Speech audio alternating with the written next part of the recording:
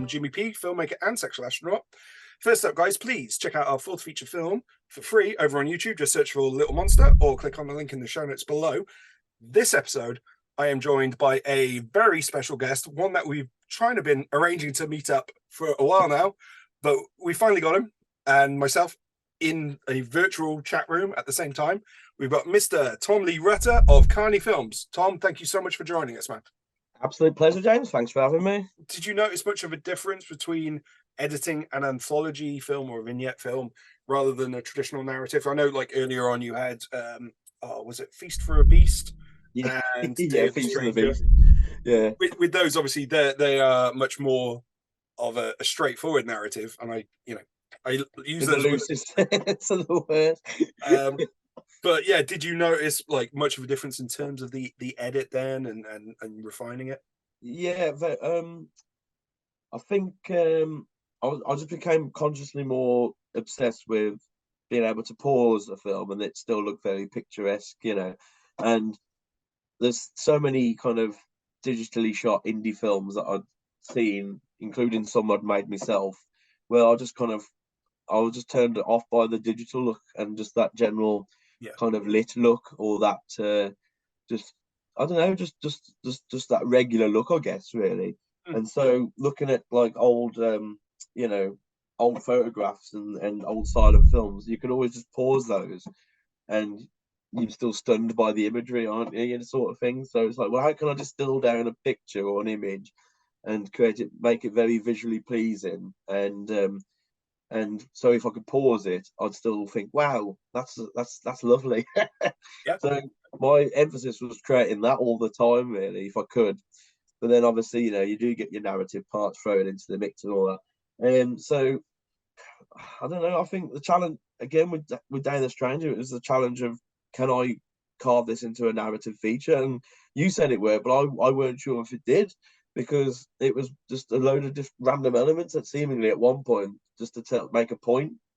So I guess, I don't know. I mean, they all pose the same sort of challenges when you're editing them, I guess. It's because as even like a character walking from scene A to scene B, even if he does something weird with his arm, there's more fluidness to a narrative. So if a guy is not doing that to his arm anymore, you've created a sort of weird jump cut, and those sort of things start bugging you. And then so all these sort of films, they've all got their own problems, haven't they, in the edit, I guess. And I think to create a sort of vignette-based film is to get yourself that get out of jail card of, if something does jump cut, then it was intentional. Nice. Yes. Yeah, that was the artistic intention. Nice. I like that. Absolutely.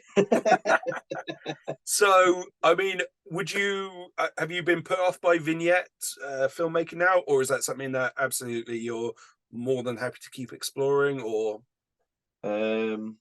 well, I kind of want to start playing more with characters, and who do have narratives, but still in a very much hazy black and whitey sort of stream of consciousness sort of way. So in a way, no, but in a way, yes. Okay. Right.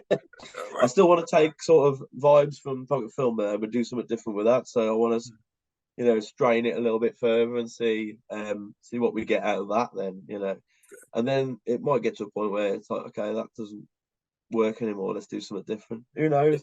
I do come up with different ideas that do have more emphasis on the narrative, but it's all about how can you kind of cut that up a little bit now and make it playful, I guess. Yeah. So I think that's the thing. Once you've gone down the rabbit hole of something like vignette filmmaking and especially how you've done it, going back to a traditional film might not feel as challenging. Well, I suppose it's like, how can you start merging the two now? It's like how can you tell a story but without telling a sort of story? I guess I don't know.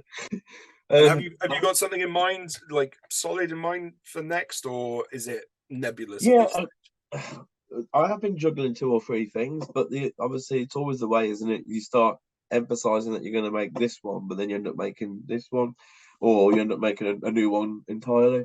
I've been looking at adapting a story, a short story, short horror fiction story, and I've also been like, you know, kind of thinking away on my dream opus, which I'm not quite sure how to approach it. I know how to approach certain parts of it, but there's a lot of gaps there that need, you know, filling, and perhaps not by me, but by other writers, to be honest with you.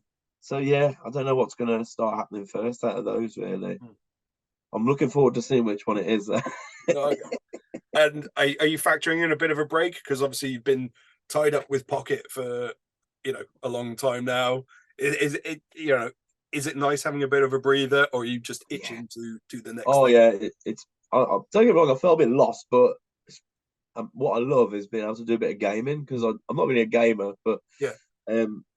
But I can just, like, you know, let off some steam by killing some aliens. I've just finished Half-Life 2. Right. Okay. I played all the games I used to love back then. You know, I've played the first 3 Thief games, because, you know, there's a good bit of sort of medieval stealthing and whatnot. So I've just been enjoying that, really, not having to kind of slave. But then don't get me wrong, I've found myself helping, you know, some friends do other bits and bobs. So I've always found the timeline open for something. Yeah. You know, and but then I've also doing a lot of editing at work as well. So I'm getting the editing fix. It's just it just feels quite nice to have that behind me now. You know, Yeah. ready to start afresh, start something new. Nice. Nice. And then I suppose, like, talking about like releasing films and everything like that, is traditional distribution something that you're interested in, or is it much more about self-distribution for you? What's I what's your found feelings on the matter? I found self-distribution worked really well for me. Really, for Day of the Stranger, not so much, because I wanted to give that to a distributor, because I wanted to experiment to see what they did with it, Yeah. and B, I was kind of burnt out on the film, so I didn't kind of want to handle it myself. So Yeah. it was a case of, right, let's see what these distributors can do with it, and, you know, see where it ends up. I mean, granted, most places it's ended up, I could have put it there myself, but Yeah. Yeah. so I think, yeah, self-distribution has worked a treat for me, for Bella in particular. Yeah. Sold so many Mhm. copies of that, and it might And be the I way. mean, just to add to that, Mm, the Blu-ray release you did of that was, mm, you know, an amazing package. You know, it came with a poster and obviously mm. a really fully loaded disc with Yeah, lots of man, pictures yeah. and everything like that. Well, So it's having that eye on the collector, isn't it? And yes, if you want to sell something indie, then you got to make a bit of a put a bit of a show on about it, haven't you? Really, and absolutely. give them some, get their money's worth out of it. Like, so it's a limited edition for reals. So I guess I'll probably go the same route with Pocket Film. I haven't quite determined yet, but I've got some really kind of, you know, kind of playful ideas to incorporate into the package, which I hope we pull off, because it's a sort of really playful film, so it should be a sort of playful package. It should spill out into the box as well, you know. Mm. So hopefully we kind of make sure that comes out next year, and we do a good job of it. Fingers Excellent. crossed. I will definitely be yeah, a customer of that. Well, this is something obviously you've done yourself, self distribution. Is that right, with Little Yeah, Monster? That was stuff. So yeah, how yeah. was that for you? So, I mean, our experience was the first two were traditionally distributed, and I mean, we made money, which is more than a lot of filmmakers Hmm. in similar experiences have. Not a Yeah, lot, you know. It's kind of an anecdote, but it's also true that, you know, I made enough money on the first film to fix the brakes on my car and to fix the boiler in my house. So yeah. again, much better than others Mate, have hats done. off to that. You know, Yeah, yeah, much better than others have that's done. what you call a success story in Oh, indie film. yeah. It really is.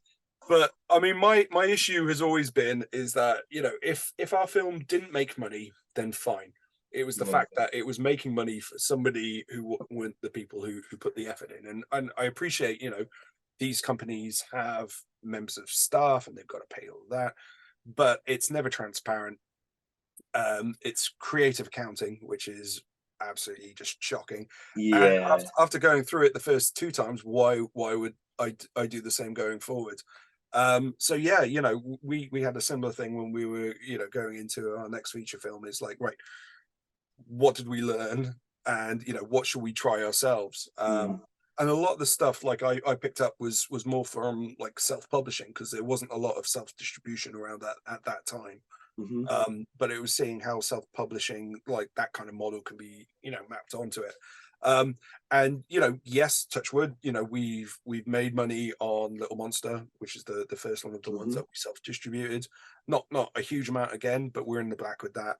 And yeah, going forward, it's the level of control as well. Yeah, it's the control, and you can make something really unique out of it if you really wanted to. And yeah, it's all down to you, isn't it? And Yeah, people love that because it's not just a sort of, it's not just shelf fodder, then, is it? It's something cool. It's yeah, something that they will pick up and pay. Even if they pay a little bit more than they'd usually pay for a Blu-ray, they pay it because they want to support it. They want that piece, even if it's like one of 150 or something like that. So I think it's a great way to go because we're not all doing this to get rich, are we? But if we can make a little bit money back, then that'd be great. yeah. As I say, if our stuff doesn't make money, then okay. Mm, Like I've had that creative release. I've been able to tell the stories I want to tell. yeah, Then fine. But yeah, my issue always was that on the first two we absolutely broke ourselves. Like ridiculous 11, 20-hour shooting days. yeah, And yeah, we did make some money, but we knew that a lot was being pocketed and wasn't filtering down to us local yeah. filmmakers. I mean, So there's a lot of films being made today. I mean, you're looking at like upwards of 30, 40 grand. And some people are, I mean, this is a lot of this is through crowdfunding, but some people are putting a considerable amount of money into some of these films. And looking at the channels that I'm aware of on this level of indie and whatnot, there's not many opportunities to make that money back, really. no, I mean, if you give that to a sales agent, especially one like in the States, who then takes it to the same usual suspects of distributors, then you're not going to get anything, and you probably won't even get your film back either. It's just they'll just do whatever they want with that film, and good luck trying to get in touch with anyone about that sort of thing. yeah. I mean, and again, that's what I love about your model is you're switched on enough to know that you know as little as you spend, it's significantly easier then to make your money back. Yeah, You're not absolutely. sacrificing anything on screen, Hmm. but you're not wasting money either. Oh Uh, no, if anything, it all goes on screen. I mean, don't get me wrong, I've got desires to work with bigger budgets, but it's like, how big though? At what point do you sort of move up a tier to think, right, now I'm playing a different game now where yeah, there's some more serious money discussed, or you know where that money, that revenue is going to come back. Whereas at this level now with indie, you've really got to just create your own party and make sure people are looked after, I guess, the best you can. yeah, absolutely. Yeah, Um, I mean, like we did with Little Monster, we were our own investors as well, and that was Brilliant. from us working out that if you're your own distributor, your own investor, then Mm, basically you're taking the money. If there's a platform, obviously such as Amazon or whatever, they take their yeah, cut, but after that, that money goes straight back into the investor because that's yeah, me. There's no middlemen in between there. which Um, is which is beautiful, isn't it? yeah, yeah, and obviously you've got to be able to afford a certain amount. So Little Monster was a budget of 3,000, and there Mhm. was three investors, so each of us put 1,000 in, and we could at the time afford to do that. Mhm. Um, Scaling up, it gets exponentially more complicated. Yeah, I, because I've you don't. advised filmmakers who are like, well, I can do this for 10, but somebody's offering me 20. I'm like, if you can do it for 10, do it for 10. Yeah, Because yeah, and they were talking about getting the 10 was from other investors, and I was like, you can make those investors happy. If you're taking another 10 from somewhere else, then you're going to have two disgruntled investors rather than one happy investor. So it is. It's so. It's I'm so kind of not privy to some of the avenues where you can make money, but I'm really just, I don't know how you can make a budget back most of the time. It's so difficult, really. like where we found success has been actual physical screenings. So we Mm. we we didn't pursue festivals so much. We were doing like private screenings or screenings at film nights Like ticketed where ones and stuff. yeah, exactly. Yeah. So it would be very much like 50-50 on the door or Mm. whatever in that way. And we were lucky with that. And again, that was just based on previous experience we'd had with film festivals where it was like I've been a judge on film festivals. I love being a judge on film festivals. I love being Yeah. an audience member in film festivals. But as a filmmaker, it's not doing what it needs to do for me. Right. And I'd much rather go to a film festival as a fan and not Yeah. stressed out about my film, and whether everything's Yeah. going to work at the time or whatever. I mean, there's pros and cons there, isn't there? I mean, the pro is that you don't have to organise anything; you just rock up and watch your film. Yeah. But then obviously the neg is that if you were to put these nights on yourself, then you're making a bit of revenue back for your film, haven't you? You're starting to reap what you put in. Yeah. In small amounts. But again, like our success has mostly been with the physical media or the actual screenings. The digital stuff has been a trickle. So we've got it on. Right. We had it on Prime Video, as in the free option for members of Prime. Yeah. Then we put it on the the buy or rent option, and that's a trickle. Yeah. It's nice to have a trickle coming in. It's beer money. Yeah. Exactly. Yeah. But beyond that, no, we found our greatest success with the physical media and collectors, which is great for me because I am a physical media collector as well, so it feels right. It's what we love, isn't it? It's what appeals to us. I think that's where the passion is, and being a horror fan myself, horror fans are a very passionate, for good and for bad, but a very passionate group of fans.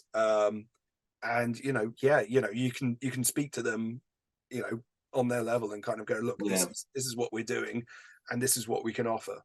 And I think it's also it's a little gateway that helps you contextualize what you're about to see as well, like a packaging. It's like if someone was to find, say, Bella, because I put Bella on Prime for a while, but I just didn't like how. I don't know. I just went off the idea of someone just stumbling upon it and thinking, "Oh, what's this? This is really low budget." Then turning it off.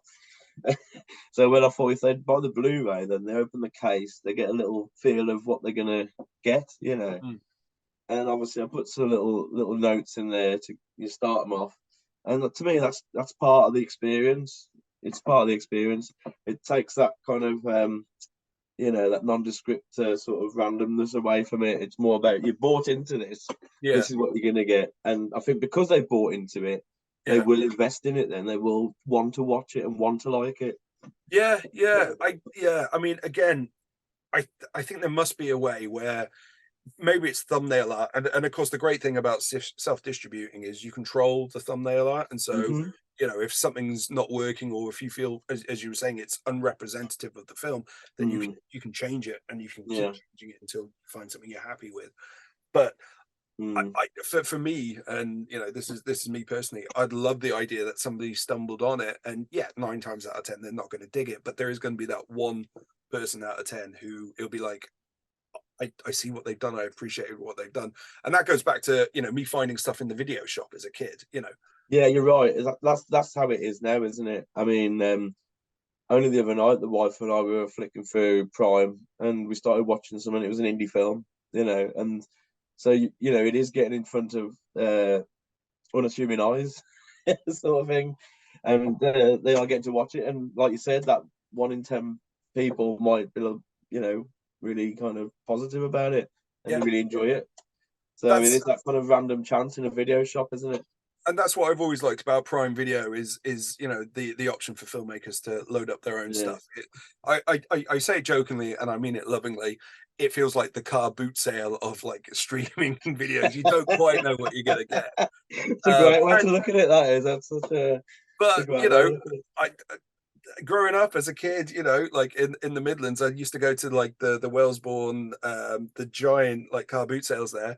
I used to bring home shitloads of VHS or whatever. Oh yeah, and loads of it was like pre-cert stuff. Like I had the Wicker Man, which had the X rating on the actual label and all of that. So it was, going to the car boots and picking up the VHS. Absolutely. So that's what I hope we can still have. But the problem with stuff like Amazon is, there's just too much of it, isn't it? And it's there is. Unfortunately, you're subject now to you've kind of called it the car boot of streaming. I think I'm going to be more into going on Amazon Prime now and just bearing that idea in mind. And again, if it's a Prime Video thing, you're paying for the membership already, so you can give a film 20 minutes and then go, oh, do you know what? This is not for me.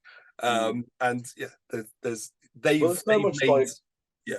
like it was so much. I used to find so many like SOV gems on there. And yeah, before some boutique label would put them out, someone would be putting them on Prime, and it was the same with all the Michael J. Murphy stuff. That was Yeah. all on there at one point, and then Yes. Yeah. On YouTube, and then the moment they disappeared, you thought, okay, Yeah. these are coming out on Blu-ray. There's a box set. There's a box set coming out. Yeah, someone's releasing this stuff. Yeah, I caught Michael J. Murphy's Atlantis on there, and again I was just like, oh my god, what is this doing here on Prime Video? Does nobody else know this exists there? And then it came off, and Well, we had a night where we screened Day of the Stranger with Atlantis down in Portsmouth. Wow. Yeah. And obviously because obviously Michael J. Murphy's he passed away a good few years back, but all of his actors and his friends, they all gathered to watch Atlantis, and it was just like, wow, getting to meet them. It was like, it's because of people like Michael J. Murphy that I wanted to make a Western in the West Midlands, that sort of thing. So it's great meeting them. And obviously, but what you got to think then is somebody, will come across Day of the Stranger, and they'll be inspired by that film and go, oh yeah, do you know what? I want to make a post-apocalyptic film set in, like the Rhondda Valley. Yeah, exactly. Well, thanks to the art of distribution, there's so many people have uploaded Day of the Stranger now on those kind of free movie sites, free movie channels where they just want all the hits. But they've cut all the violence out, so I've got like a butchered version of the film on YouTube. So all the violence just either gets blacked out or just cut completely. Oh, so I'm thinking of ripping it off there and releasing a butchered version and calling it a title and everything. Yeah. The PG version. I love that. Yeah.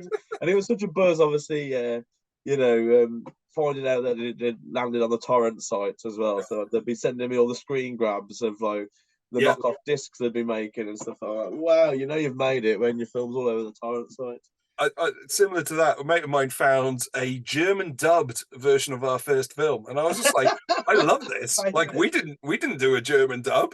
So I again, it was on YouTube, so I downloaded it because I was just like, you know what, I want to hear what some of my actors sound like. I love stuff like that. It just means you kind of, it is, the channels are working, your films are getting pushed out further and further, but do you reap anything from it? Do you know what's going on out there? I mean, possibly not. I mean, again, we moved, Little Monsters now for free on YouTube. We felt that we'd made as much money as we were going to make from it. We got back into the black, and then put it out there, and then really it's just about getting eyeballs on it is obviously like our ethos on it. Well, Tom, we've been talking for nearly 2 hours, so thank you so much for your time, man. Man, thanks for having me on. It's been a long time coming. It's been fascinating. I think we've picked apart parts of your brain there, so I really do appreciate it. Would you do us the great favor of maybe catching up with us in a year, and we can have a chat about the release of Pocket Film, what you've experienced with that, and then hopefully also talking about whatever project you've Mate, it'd be my pleasure, and maybe we should do it in person sometime as well. Yeah, absolutely, man, absolutely. I do like this protective thing of doing it over Zoom, but yes, I'll get over my own. No, I know what you mean. I wouldn't leave the house if I could help it, but we're made to do these things, aren't we? Brilliant. Anyway, thanks again, Tom, and catch you soon. Pleasure, man.